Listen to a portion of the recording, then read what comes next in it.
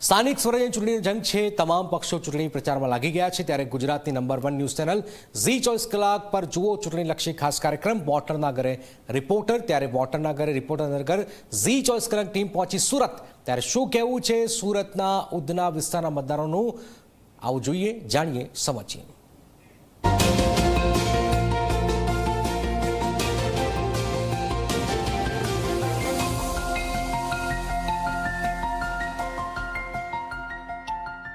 નમસ્કાર, હું છું ચેતન પટેલ। તમે જોઈ રહ્યા છો જી 24 કલાકના વિશેષ કાર્યક્રમ વોટરના ઘરે રિપોર્ટર। સ્થાનિક સ્વરાજની ચૂંટણીને લઈને હવે પડઘમ શરૂ થઈ ચૂક્યા છે, ત્યારે જી 24 કલાકની ટીમ આવી પહોંચી છે ઉધના શાંતિનગર વિસ્તારમાં। અહીંની મુખ્ય સમસ્યા શું છે, જે મતદારો છે તેમનો મિજાજ શું છે તે જાણવાનો પ્રયાસ કરીએ। જે લોકો છે તે લોકો પાસે હવે શું મિજાજ છે તેમનો, 5 વર્ષમાં કામ થયા છે કે કેમ તે અંગે જાણવાનો પ્રયાસ કરીએ। અમારી સાથે સ્થાનિક લોકો જોડાયા છે, તેમની સાથે આપણે વાતચીત કરીશું। જી, શું કહેશો, આ 5 વર્ષમાં શું સમસ્યા? હું શાંતિનગરનો રહેવાસી છું। અહીંયા વિધર્મીઓ ઘણા વસી ગયા છે। અસાનધારા માટે જે નિયમ છે એના માટે આપણા ધારાસભ્ય મનુભાઈ પટેલે રજૂઆતો મૂકી છે, પણ એ અસાનધારાનો કોઈ નિર્ણય અહીંયા આવતો નથી। વિધર્મીઓ મકાનો લેતા રહે છે, ઘણા વધી ગયા છે, એટલે જો બને તો અસાનધારો અહીંયા લાગુ કરાવો। ઘણો ટાઈમ થઈ ગયો છે, અમારી તો નમ્ર વિનંતી છે કે અસાનધારો વહેલી તકે અહીંયા લાગુ થાય અને હિન્દુઓનો વસવાટ વધે, મકાનો હિન્દુઓ જ ખરીદે અને વિધર્મીઓ અહીંયા બંધ થાય। આ જ એક વિનંતી છે। અહીં મુખ્યત્વે જે અસાનધારાનો મુખ્ય સમસ્યા છે, બેન આપની શું સમસ્યા? અમારા આ છે ને કચરો નાખી જાય છે ને, અહીંયા ઢગલા કચરા પડેલા હોય છે, કોઈ ઉચકતું નથી, ગાડી આવતી નથી ટાઈમસર, કોઈ દિવસ આવે કોઈ દિવસ આવતી નથી, બધી ગંદકી ફેલે છે ને બધી બીમારી ફેલે છે। બધા નાના છોકરાઓ છે, કોઈનું પેટમાં દુખે છે, કોઈનું તાવ આવે છે, કોઈને ટાઇફોઇડ થાય છે, એ બધું આ ગંદકીના લીધે થાય છે। બધા કચરા નાખી જાય છે, ઢગલા કચરા પડેલા છે। આપની શું સમસ્યા? અમારે આ પાણી ગંદુ આવે છે અને અમે વોટિંગ આપીએ તો હું લેવા વોટિંગ આપીએ છે કે પાણી તો સારું આવવું જોઈએ છે। સરકારને સમજવું જોઈએ ને કે આ પાણી સારું આવવું જોઈએ। અમે આટલા વર્ષથી રહીએ છીએ તો આમ બીમાર પડે છે બધા, ઝાડા ઉલટી થાય તો એ ક્યાં જવાનું પછી? આપની શું સમસ્યા મૂળ? અમારે આ ગંદકીની સમસ્યા છે, જે અમારે પાણી ગંદુ આવે છે। ઓલરેડી અમારે અહીંયા ઢગલા કચરાના નાખી જાય છે બધા, ગમે કેટલી વાર અમે ના પાડીએ છીએ તે છતાં કોઈ માનતું નથી ને અમને ત્યાં અરજી કરીએ છીએ તો અઠવાડિયામાં એકવાર આવીને કચરું ઉઠાઈ જાય છે।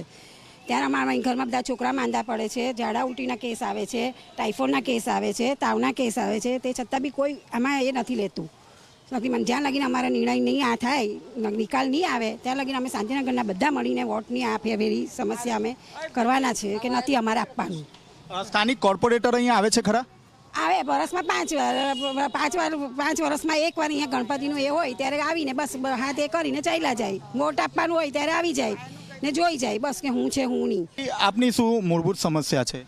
અમારી સમસ્યા એ છે કે અમારી ગલી સાંકડી છે પહેલી વાત તો, ને એ ગલીમાં બહુ ઘણા બધા વાયરો છે ને વાયર બી બધા એકદમ નીચે, કો ઉપર એટલે જેવા હોવા જોઈએ એવા છે જ નહીં, એકદમ નીચે છે। આવતા જતા છોકરાઓ લાકડીથી કે ગમે તેનાથી એને હાથ મારીને વાયરને તો એ ખેંચી કાઢે છે, એવું કરે છે, એના લીધે પાવર ચાલ્યો જાય અમુક વાર।